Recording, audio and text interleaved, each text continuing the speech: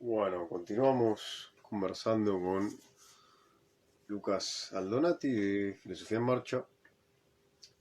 Estábamos conversando en torno a Nietzsche, Heidegger y todos los temas que surgieron en la escuela secundaria, pensar por y desde América Latina, eh,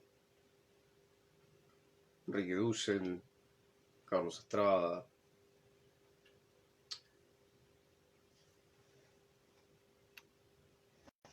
etcétera. Así que bueno,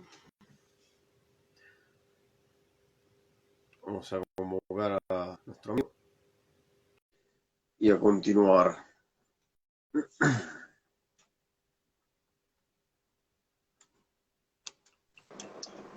¿Estamos de vuelta? Así es. Tanto tiempo. Sí, te extrañaba ya, por eso, ¿viste?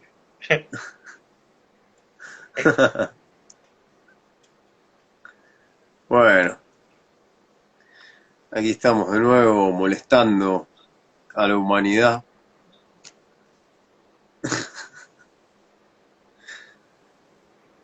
Así que me decías que la visión heideggeriana de Nietzsche, Heidegger lo reduce la voluntad de poder a una voluntad calculadora, cuasi cartesiana.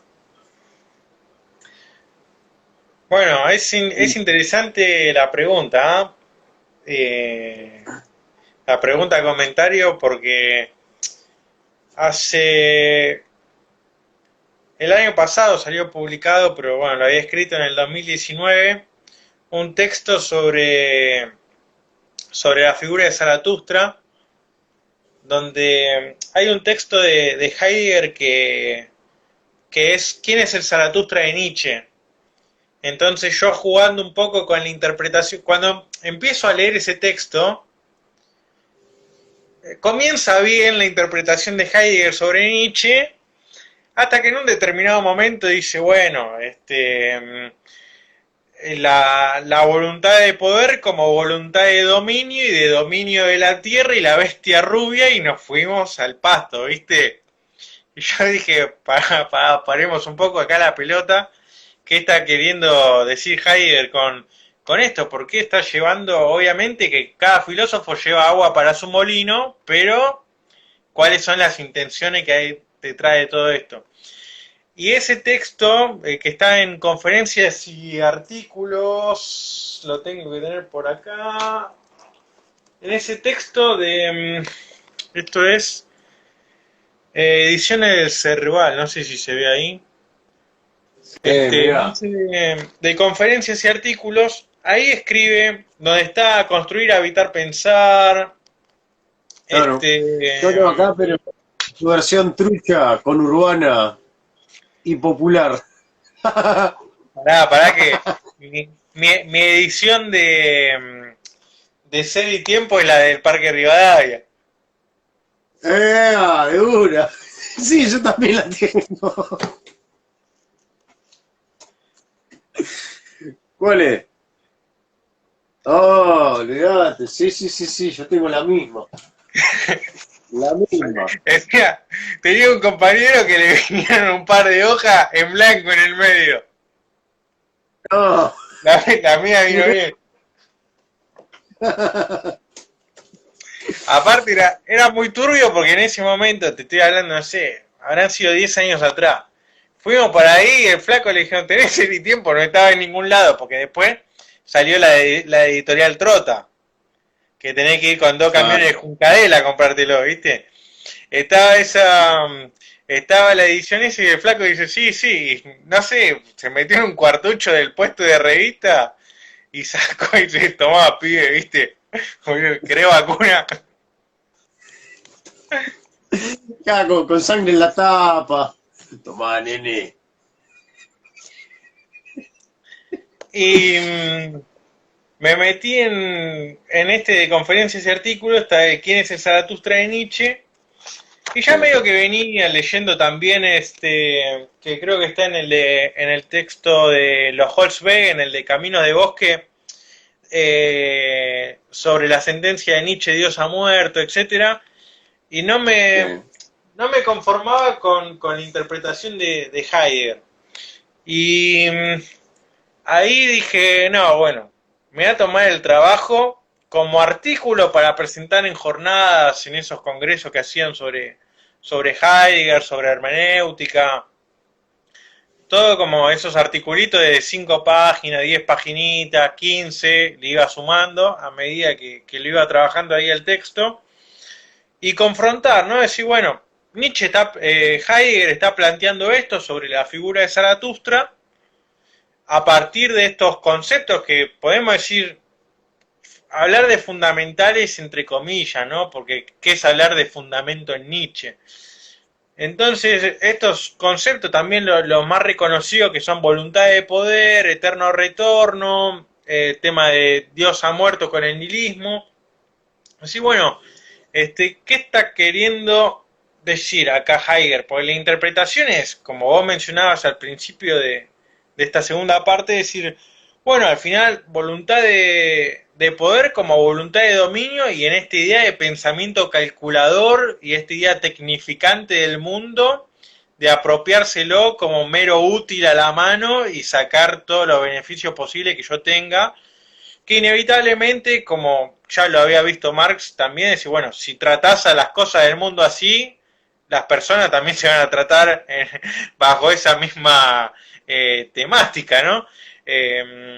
Entonces, eso por un lado. Y después, también esto de decir, bueno, al final,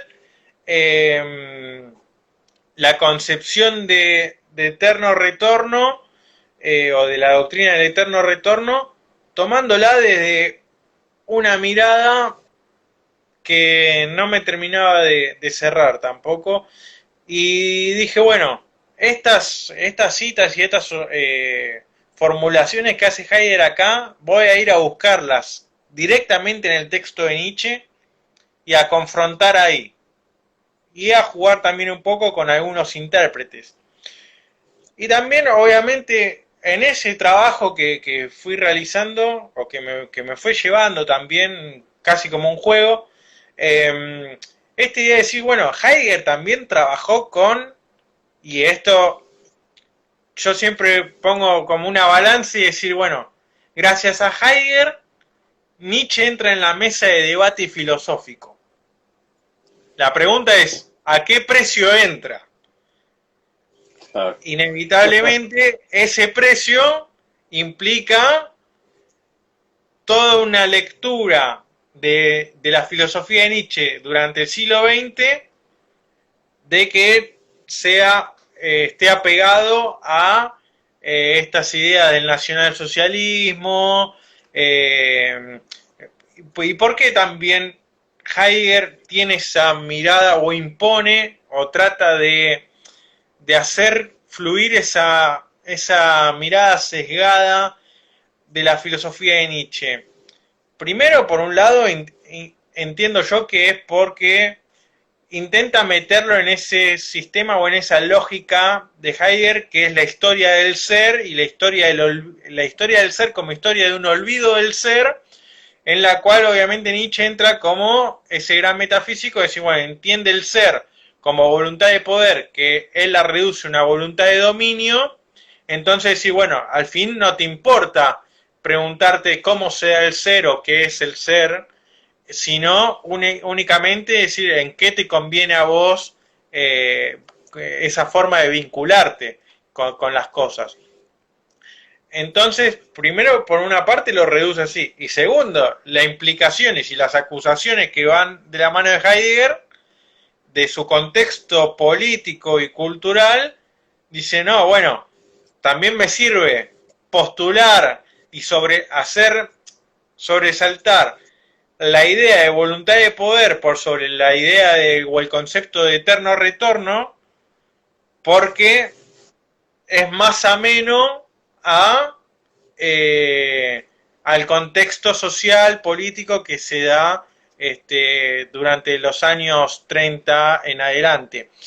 Porque también no es casualidad que durante ese periodo del año 30 en adelante es cuando Heidegger más cantidad de cursos y seminarios le dedica a la filosofía de Nietzsche. Y también en esa balanza contrapongo decir, bueno,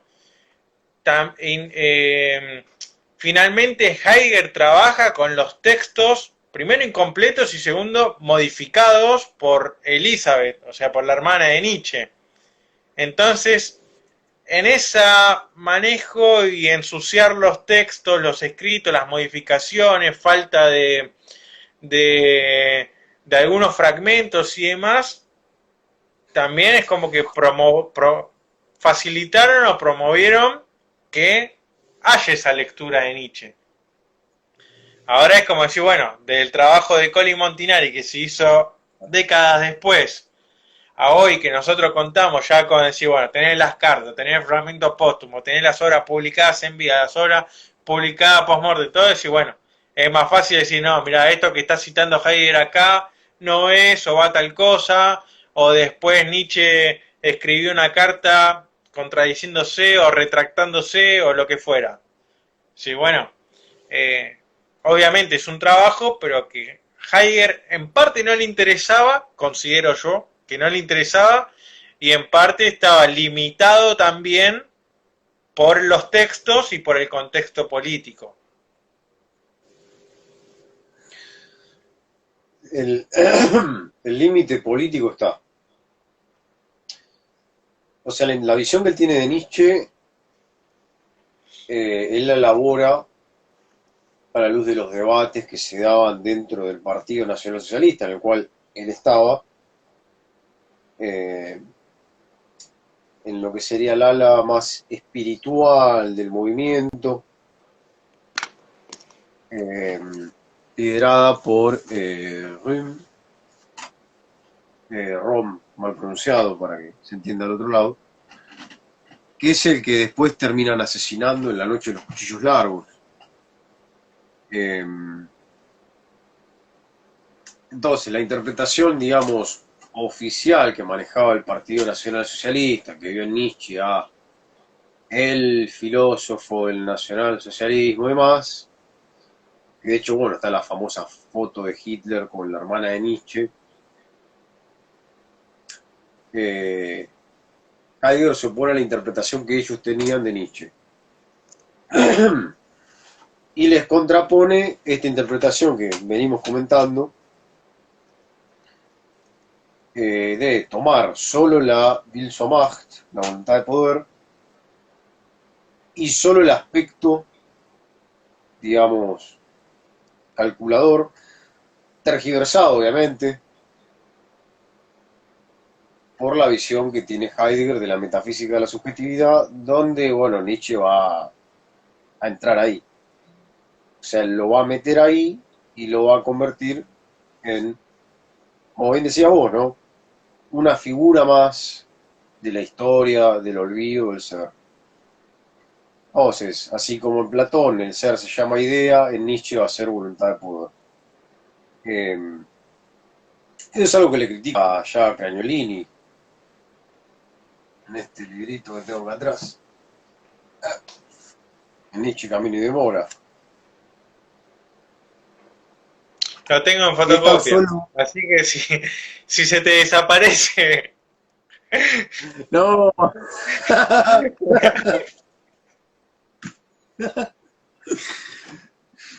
Robo entre filósofos. Me desperté un día en la madrugada ahí con la linterna. ¿Qué haces? Dejas ahí.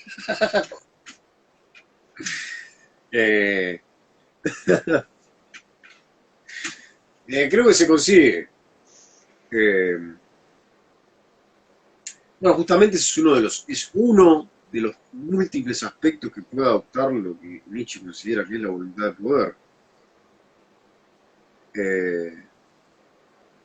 Que es un concepto clave en su pensamiento y de hecho, bueno, es inentendible el pensamiento postestructuralista, por ejemplo, si no se tiene en cuenta el concepto de voluntad de poder. Los desarrollos de Foucault parten de esta base. Pero bueno, hay muchos malentendidos en ese sentido. Yo he tenido alumnas del profesorado, que era ayudante, que por ejemplo equiparaban la voluntad de poder de Nietzsche con la sustancia de Spinoza. Y, a ver, la voluntad de poder no es una sustancia. O sea, Nietzsche reniega justamente de la idea de origen o de arjé, de fundamento último. Por eso bien decía, ¿no? O sea, ¿cómo puedes hablar de fundamento en Nietzsche? De hecho, hay muchas cosas que Heidegger toma de Nietzsche. Una de ellas es justamente la cuestión de la verdad del ser como el abismo. La cuestión del abismo está antes en Nietzsche. Está bien, Heidegger le da un tratamiento que es más de corte fenomenológico, eh, y que se puede comparar con el último Husserl.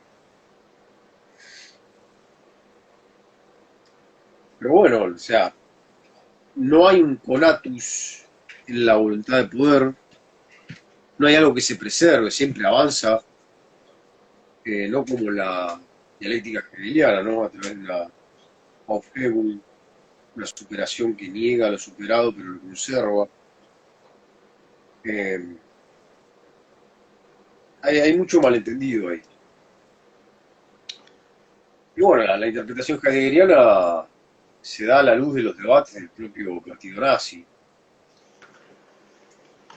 Eh, de hecho, él cuando se alejó, vos habías mencionado la cuestión de la expulsión, esta excomunión de algunos pensadores de la academia, que la sufrió también el propio Marx en vida, junto con Bruno Bauer. Él era asistente de Bauer, Bauer era profesor de teología, y bueno, por formar parte de una protesta estudiantil los expulsaron a los dos. Eh, a Heidegger cuando los nazis pierden la guerra frente al ejército rojo y la Universidad de Freiburg es intervenida por los franceses, le quitan lo que en Alemania se llama la Venia Legendi, es decir, es el permiso para dar clases en criollo. Cuando Heidegger se entera, le agarra un surmenage, se descompensa totalmente, se desmaya. Eh, sí, sí.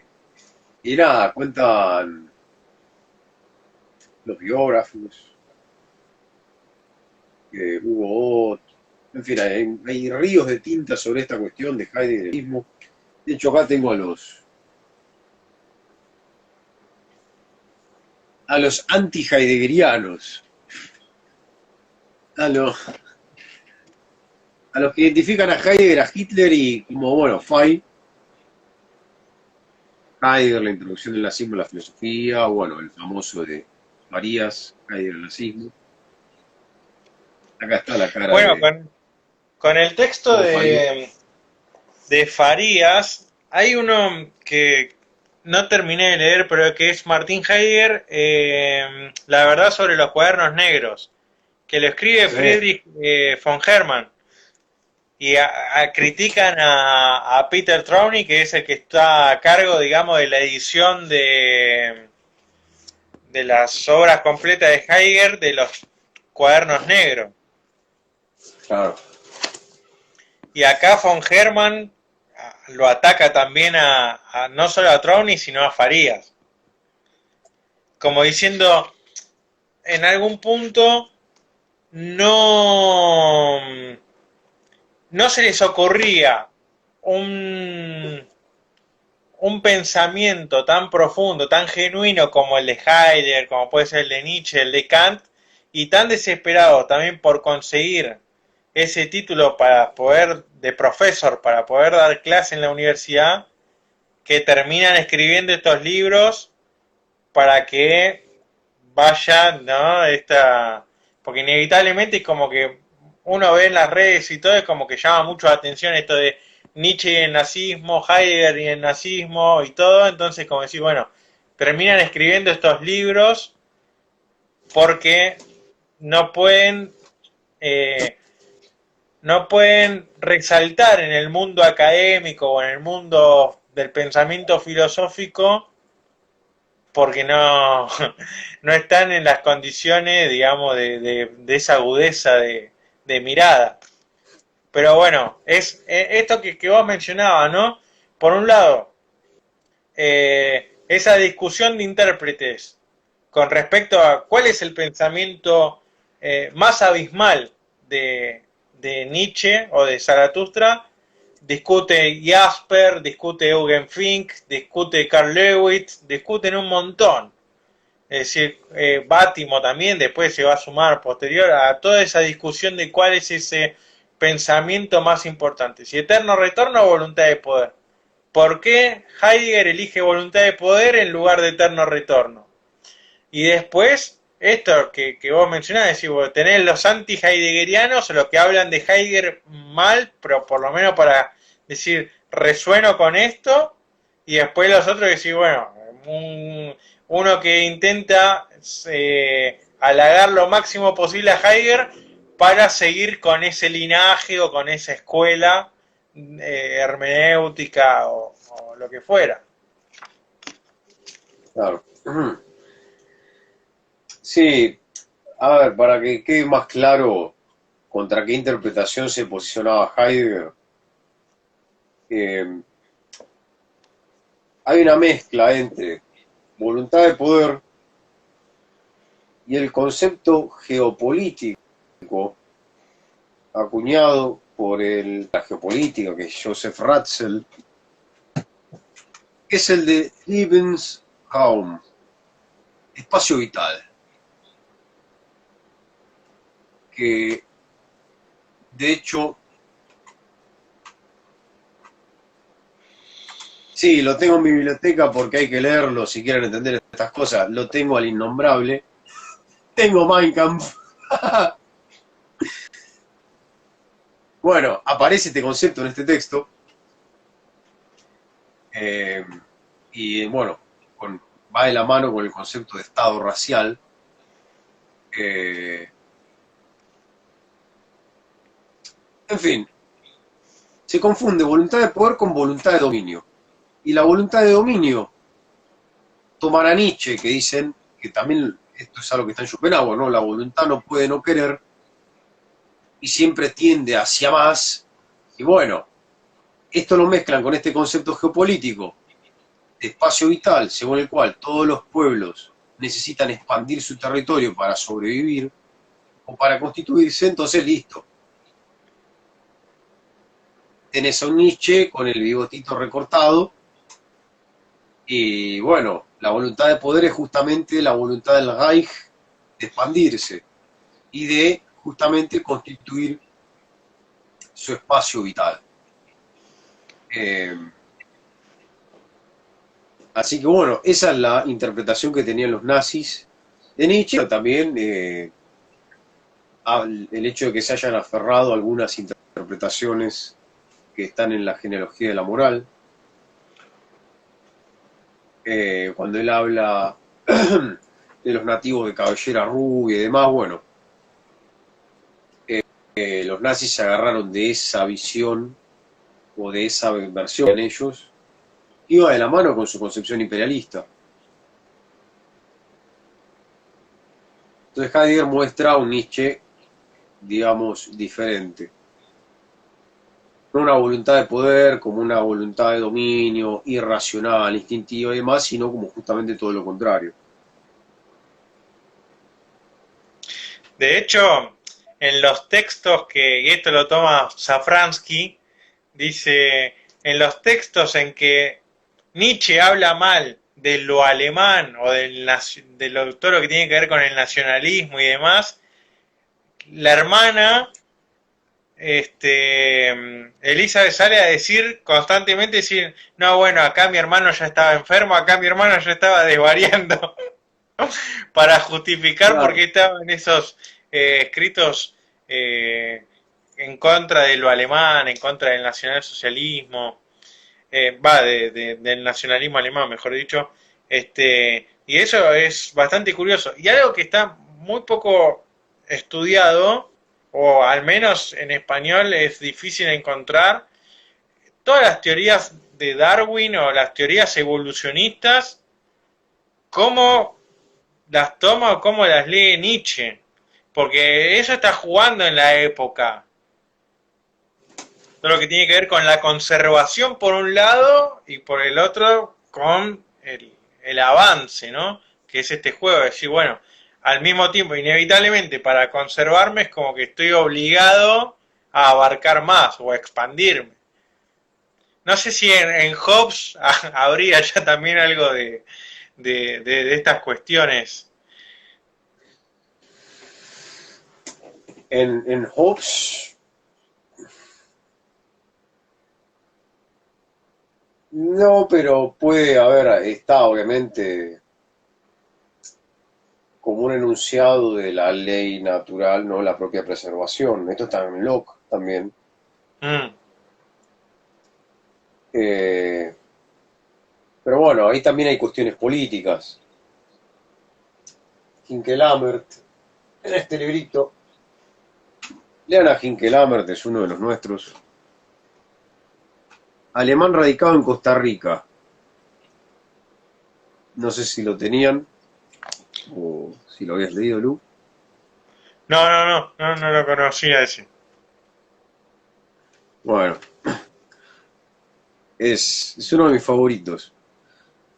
Este librito, Totalitarismo del Mercado, hay una parte donde se ocupa del pensamiento de Locke, el pensamiento político de John Locke, ¿no? El padre, considerado el padre del liberalismo político, ¿no? El liberalismo clásico. Y él coteja lo que es la justificación de la propiedad privada, en este caso de la tierra, ¿no? El segundo ensayo sobre el gobierno civil, con el avance de la burguesía tras la gloriosa revolución de 1688, donde la burguesía, a sangre y fuego, una vez que toma el poder del Parlamento, empieza a expropiar las comunidades agrícolas de campesinos que trabajaban teniendo como base una propiedad comunal de la tierra o de los medios de producción,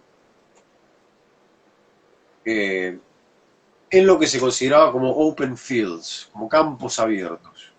Todo este proceso se llama, se lo conoce como un proceso de enclosement, un proceso de cerramiento, es decir, de apropiación burguesa privada de estos territorios. Y la instalación del nuevo tipo de propiedad, el nuevo modo de apropiación propio del capitalismo, que es la propiedad privada de los medios de producción. Entonces, él tiene este análisis crítico de Locke, cuando Locke dice que si vos atentás contra un precepto de la ley natural, estás atentando contra toda la creación, lo que Hinkelhammer dice, bueno, acá Locke está comiendo en ley natural las leyes de la burguesía. Entonces, esto se convierte, dice Hinkelhammer, en una guerra de agresión de la burguesía contra los que se oponen a su avance, siendo aquellos que se oponen los enemigos de toda la humanidad.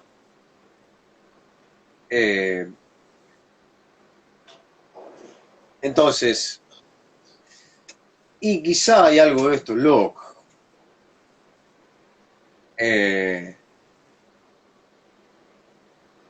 O sea, quien se oponga a la imposición de la propiedad privada de los medios de producción va a estar en contra del capitalismo y de la modernidad y de la racionalidad, bla, bla, bla. Y bueno, de acá a la doctrina de seguridad nacional, para mí, al menos, hay un paso. Puede hacerse una interpretación en ese sentido.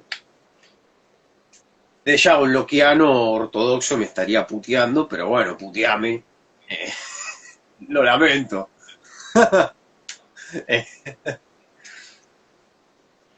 pero bueno, eh,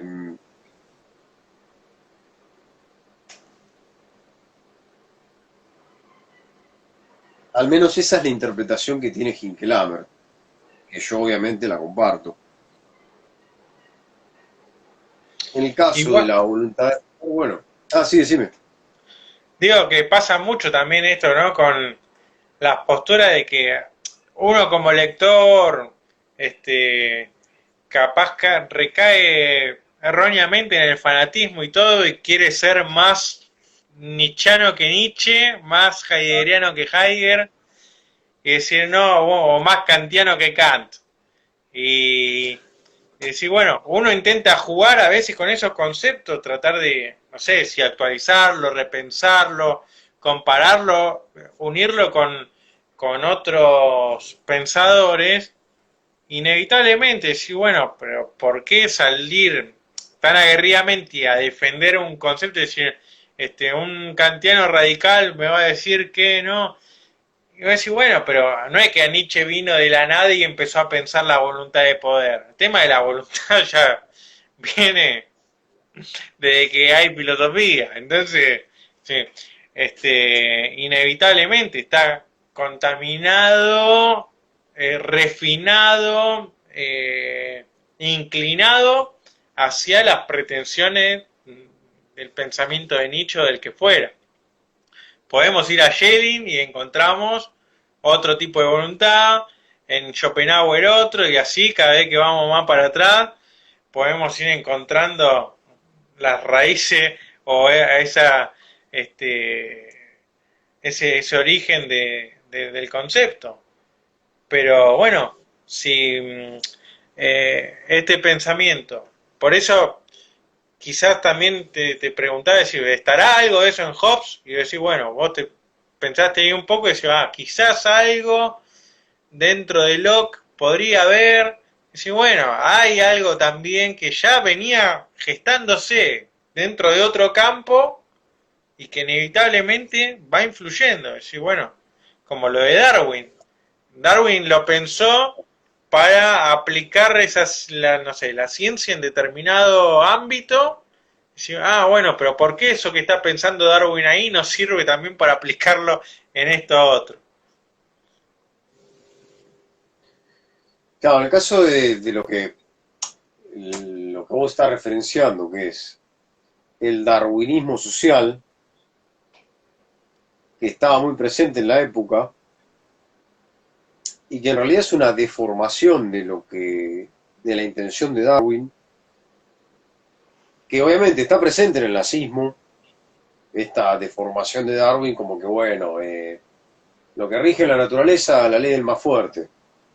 Entonces, si nosotros hicimos un imperio y bueno, somos los herederos de los griegos y de los pueblos nórdicos y bla, bla, bla, bueno, entonces nosotros somos los más fuertes, los más superiores, la raza aria, y todo esto es biológico. Entonces es natural. Entonces es un bien para la humanidad que el estado racial imperialista del Reich exista. Y tenemos una misión histórica, pero bueno, en el nazismo confluyen muchas cosas. No solo las tendencias que tratan de darle un fundamento más científico a su propia visión asquerosa y reaccionaria del mundo,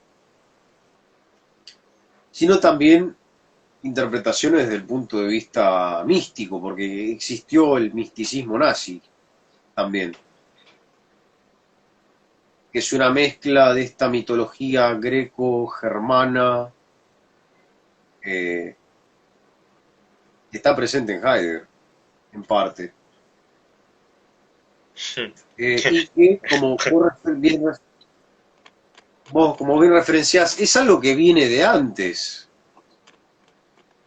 Esto lo puedes ver en el libro Atenea Negra de Martin Bernal, cuando habla de la constitución de los griegos como los clásicos desde la Universidad Humboldt en Berlín. Había un modelo que era el modelo antiguo, que reconocía, incluso en las fuentes de los propios griegos, ¿no? Aristóteles, Platón, Jenofonte, etcétera, Heródoto, el influjo de la cultura egipcia, cultura africana, negra. De hecho, por eso se llama el libro Atenea Negra, pues la diosa Atena era una diosa africana, era una diosa egipcia. Bueno, ese modelo, lo que hicieron ellos fue destruirlo o dejarlo a un costado e impusieron el modelo ario de la antigua Grecia, que es lo que nos enseña en la universidad, ¿no? Que viene una tribu del norte y colonizó a los nativos helenos y bueno, así se formó la cultura helénica clásica y demás. Viene de ahí también. Y esta megalomanía germana de que siempre somos los mejores, ¿viste? Lo que plantea Darwin es que el proceso de selección natural se rige por la adaptabilidad aleatoria, es decir, las especies se adaptan al medio, al entorno, pero de forma ciega y azarosa.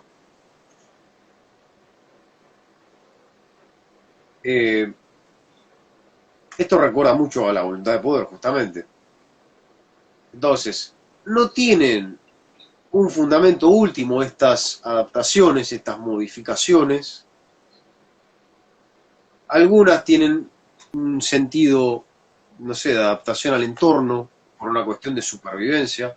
Hay otras modificaciones que no tienen explicación.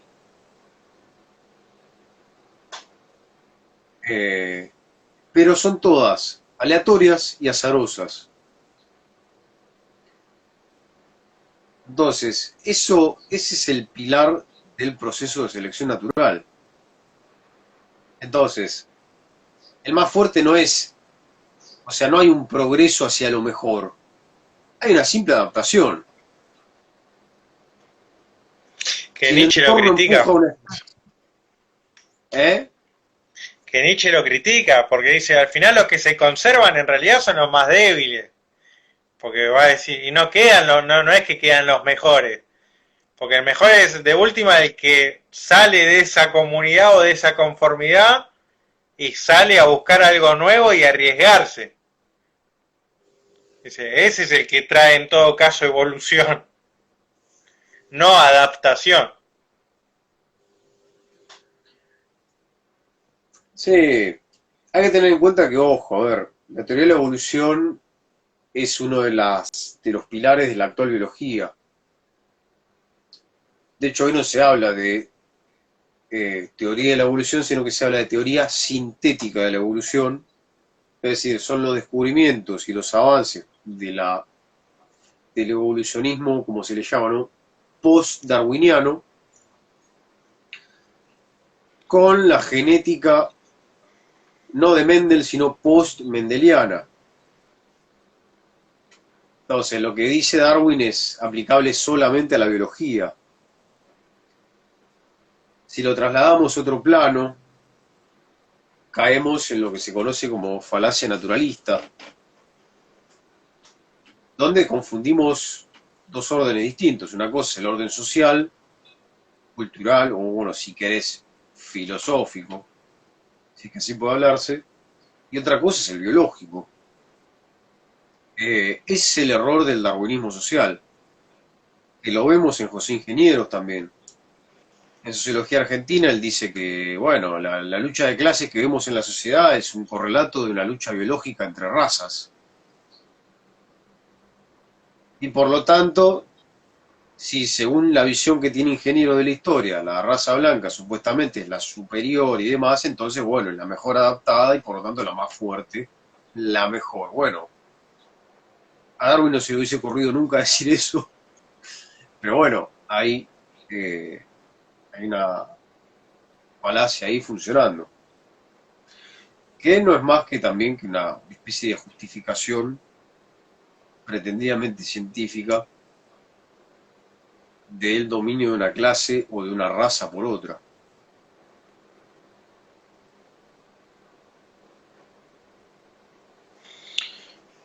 No, es para, va, a mí por lo menos que me interesan los temas, ya me deja ahí pensando para indagar también. Y eso está bueno, ¿viste? Porque, qué sé yo, lo de Locke no lo tenía, lo de la tenida negra tampoco, y estos temas de Darwin y demás no me llegaba a meter. Lo que me resonaba bastante era esto de la tenida negra, porque cuando estuve trabajando este último tiempo sobre el tema de Dionisos, si cómo justamente toma todas estas cuestiones de incluso los ritos de iniciación, los ritos mistéricos, todo eso es como decía, el conocimiento iban a adquirirlo a Asia, el norte de África, es decir, tampoco es que los griegos son la cuna del... Y ahí Claro, también caemos en ese error, volviendo a la primera parte, al principio que hablábamos, es decir, ¿por qué hay filosofía en Grecia y en Alemania nada más? Cuando decir, bueno, ellos son los que iban a adquirir ese saber a otro lado. claro. O sea, muchos dicen, no, pues en Atenas empieza la filosofía. En Atenas está el resultado de todo un proceso anterior. La filosofía eh, griega, como se le llama, ¿no? Tradicionalmente, empieza en la Magna Grecia, en las colonias orientales. Eh,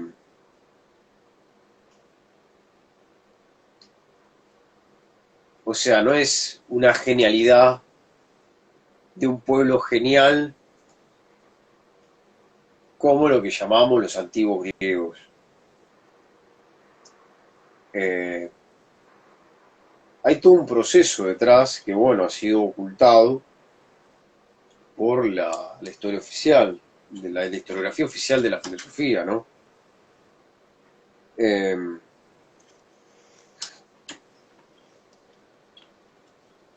por eso volvemos al tema, ¿no? También de la filosofía latinoamericana, ¿no? Como bien decías, ¿no? Eh,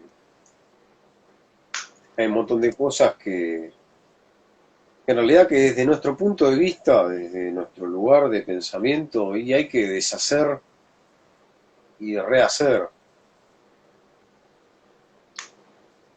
Eh,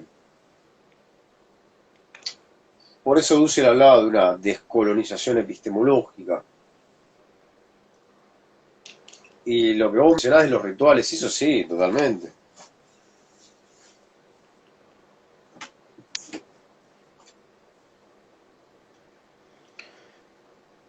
Ah, pasa que, y eso también creo que, por ejemplo, en Kush, lo poco que he leído, retoma todas esas claves, decir, bueno, acá en América, eh, todos esos juegos de rituales, todas esas simbología, todas esas cuestiones están latentes y decir, lo que nos falta es redescubrirlas o descubrirlas, como reinsertarlas también, porque decir, bueno, así como se insertó en una historia de la filosofía esa lógica, es decir, un corte que alguien vino en determinado momento y dijo, no, bueno, de presocráticos en adelante, de Parménides y acá seguimos, y en la historia de la filosofía, la historia del pensar, la historia como metafísica, es decir, bueno,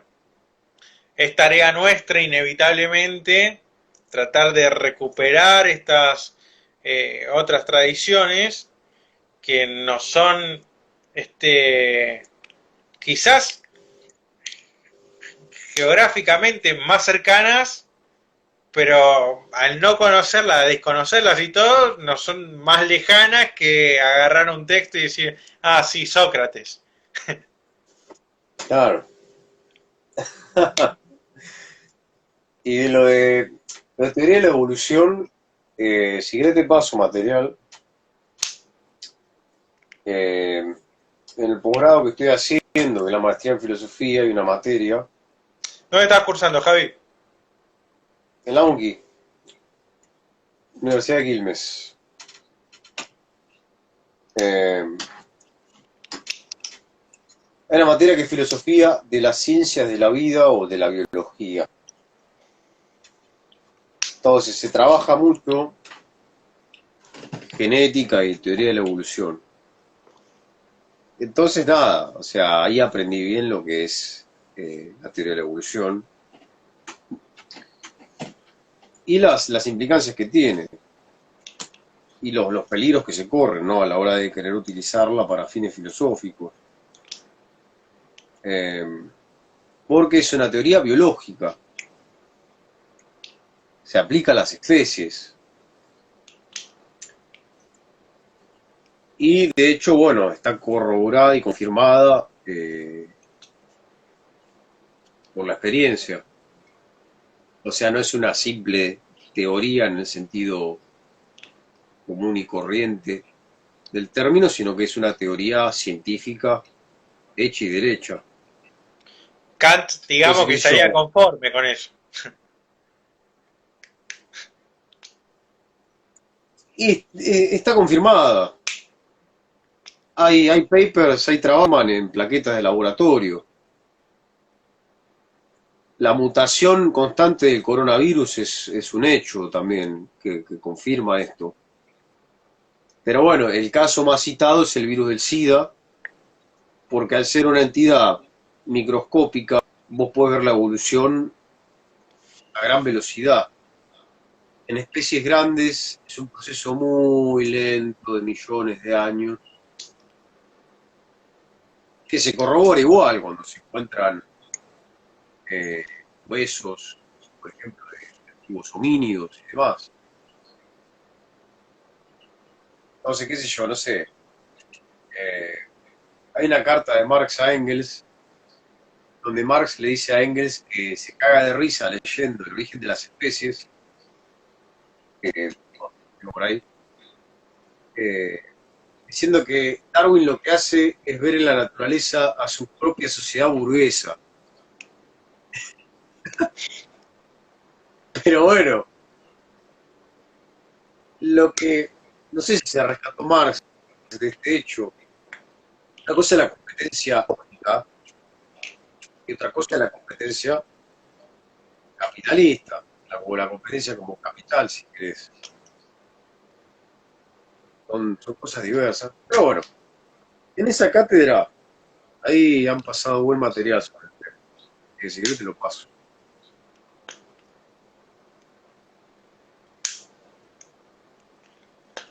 Bien, Javi, bien. Está bueno, es interesante. Es otro campo que no... Va, por lo menos no lo tenía... Eh, se había estudiado en su momento, recuerdo una materia, creo que era historia de la ciencia o algo así, pero viste cuando estás en como alumno y si voy a cursar me siento ahí que pasen las 2 horas y me voy a mi casa, que ya llega un momento de Ya, decir, ya quiero terminar de cursar, viste como así quiero terminar de cursar claro, y bueno, eso también, ¿no? Porque uno tiene que jugar con ese tiempo de te tenés que recibir, tenés que hacer las cosas por ese lado y después inevitablemente, por más que te guste, no podés ir abarcando todo. Tenés que ir metiéndote de a poco en determinados temas y cosas y ir dejando otra de lado. claro. Pero esto también que vos mencionabas, decir, bueno, después tenés tipos que tienen el doctorado abajo del brazo, pero no te leyeron la crítica de la razón pura. Claro. Sí, totalmente. Eh, pero bueno, tuve la suerte de formarme con un viejo discípulo del discípulo de Carlos Estrada y te puedo asegurar que es un enfermo el tipo, es un animal. Las ojeras de leer la tiene hasta acá. Sí, no, no, no, es. No, no, no, una locura. De hecho, hoy en día el viejo no se la pasa en la casa estudiando, encerrado. Está hace como 20 años estudiando a Hegel, haciendo su tesis de doctorado y lee, y lee, y lee, y lee. Eh, uno de los personajes que ya poco queda. Pero bueno, así no, no, la mujer lo dejó a la mierda. Y bueno, hay que encontrarle también la, la armonía, los espacios a las cosas también. Que yo, a mí me fascina el tema de la lectura, todo, pero decir, hay que salir a tomar aire también, no te queda otro. Ah, Y también esto, ¿no? Porque es como que el tiempo de, hablando de esto de las cursadas, que uno necesita el título, etcétera, etcétera, y que toda una burocracia y el sistema te lo va exigiendo o te lo va imponiendo, esas necesidades, también pasa esto, ¿no? Y vos que capaz que das cursos, capaz que no tanto con adolescentes, pero sí capaz con gente más grande, es decir, arrancó la clase, arrancó el curso de la crítica de la razón pura y ya querés saber qué dijo. Ya es como, te pagué por el curso o me inscribí en el curso y ya tengo que estar sabiendo el contenido de que esa necesidad de inmediatez cuando la filosofía va en un tiempo justamente totalmente contrario a lo que estamos acostumbrados de ya lo tengo que tener, ya lo tengo que saber, ah, ¿no? Y a mí me pasa decir, dando las clases y las cosas, decir, no, bueno, pero pará, man, o sea, el programa son estos 10 ítems, o son estos 20 ítems. Clase uno vamos por acá. Vos ya que, ¿viste? Entonces, si paremos un poco, porque justamente te implica esto, ¿no? Decir, al final quiero consumir filosofía en esta lógica del pensamiento calculador, de voluntad de dominio, ¿no? De sujeto-objeto y hacer aprensible todo el conocimiento, y si no, bajemos un poco un cambio, intentemos llevar a cabo esto reflexivo, esto meditativo, esto de darle vuelta, que también en algún punto el lenguaje de Heidegger intenta hacer eso. Es decir, parece que no va avanzando y tiene esta suerte de circularidad, esto repetitivo, y que de a poco te va desocultando, te va mostrando cómo uno puede ir acercándose a eso que está planteando con determinada pregunta, ¿no? Cuando decir, no sé, ¿qué es metafísica? Y tengo que decir, bueno, uno quiere comenzar, ¿qué es metafísica? Dos puntos. Metafísica es ta, ta, ta, ta. Y decir, más de uno comenzaría el texto así. Y Heidegger hace toda una preparación, ¿no? Abre todo un campo que va preparando para ir sumergiéndote en esa lectura y que capaz que terminó el texto y no te dijo que era metafísica, pero no importa, vas a través de eso de decir, bueno, ese desierto que mencionábamos antes, decir, te vas adentrando en ese desierto y bueno, hay que ver en qué parte de espíritu te va convirtiendo, cómo va saliendo, cómo te va transformando a partir de esa meditación en la que Heidegger te va introduciendo. claro.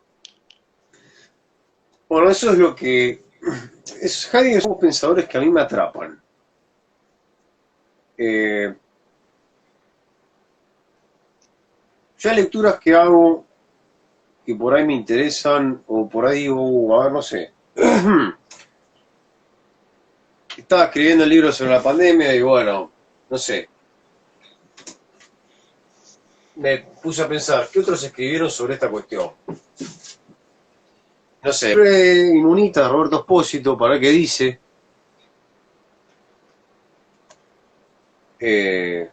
Con respecto al paradigma inmunitario y demás. Tiene cosas interesantes, de hecho incluso con las que coincido, pero medio no me engancha del todo. En cambio lo agarro a Heidegger y me quedo. Y puedo estar horas. Me atrapa. Lo mismo pasa con Hegel o con otros pensadores. Bueno, Gastrada también es otro de los que me atrapa. Y tiene justamente eso. Ese rodeo, esa paciencia, esa demora que es propia del pensar de verdad. Entonces, sí, a ver, en mis cursos el tiempo lo marca el ritmo del texto que estamos trabajando. Yo el otro día leía, por ejemplo,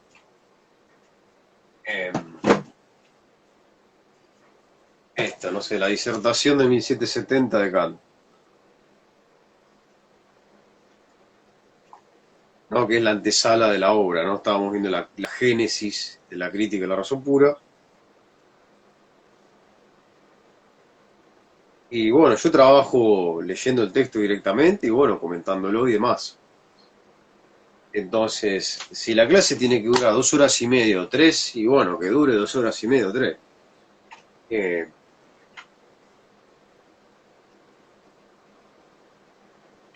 Del otro lado se llevan una experiencia filosófica, digamos, concreta. Que bueno, que es sentarse a leer un autor. Directamente.